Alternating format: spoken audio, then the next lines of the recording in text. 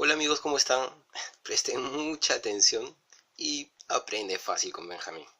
En esta ocasión les voy a explicar los elementos de un circuito eléctrico.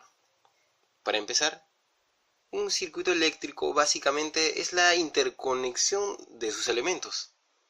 Y por supuesto hay dos tipos de elementos, justamente de los que vamos a hablar. Los elementos pasivos y los elementos activos. Entonces, tenemos a los elementos activos. Un elemento activo es capaz de generar energía, mientras que un elemento pasivo no. Aquí tenemos, unos ejemplos de los elementos activos, circuitos básicos. Decíamos que entre los elementos activos tenemos las fuentes de tensión y las fuentes de corriente. Entonces, en este caso, justamente aquí tenemos la simbología de una fuente de tensión constante o variable en el tiempo, la figura A. Ahora, en la figura B tenemos la simbología de una fuente de tensión constante. Dicho sea de paso, estos dos simbologías, fuentes de tensión, son fuentes independientes, ya que no dependen de los elementos externos, de otros elementos del circuito. Enseguida tenemos una fuente de corriente también independiente. Ahora,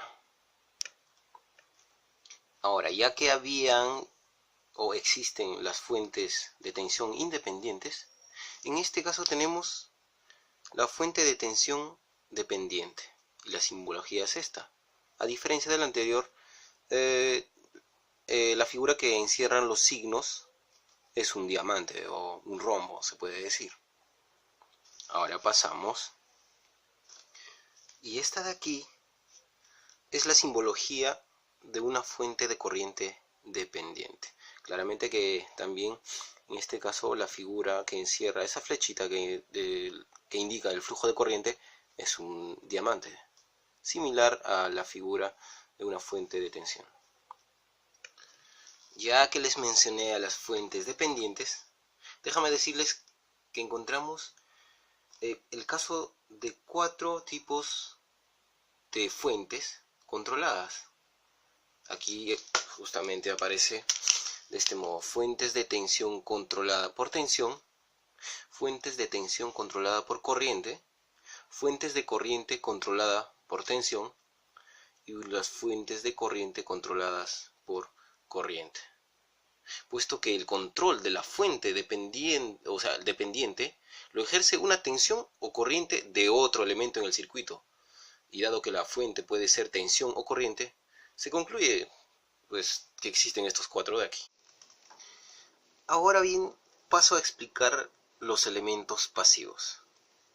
Los elementos pasivos pueden ser resistencias, inductancias o capacitancias. Aquí con su respectivo símbolo y la representación, generalmente la resistencia por una R, la inductancia por una L y la capacitancia por una C.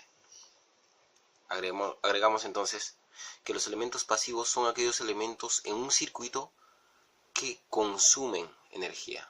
Sencillamente, consumen energía. Luego de haberles explicado todo lo que concierne a los elementos de un circuito, pasivos, activos, y las fuentes dependientes e independientes, aquí les presento un ejercicio sencillo, donde se pueden combinar, como pueden ver, cargas, ya sean resistencias o inductores o capacitores, pero en este caso se le simboliza de forma general, ¿no?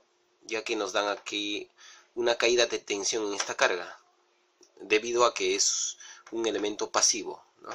En este caso tenemos una fuente de tensión, aquí una fuente de tensión controlada por corriente, y aquí otra carga, o una resistencia o un elemento pasivo. Entonces vamos a proceder a solucionar este problema, pero para ello tienen que ver el siguiente video, porque ahí se va a desarrollar el ejercicio, ¿sí? Entonces no olviden compartir el video si les ha gustado y suscríbanse pues. Hasta la próxima.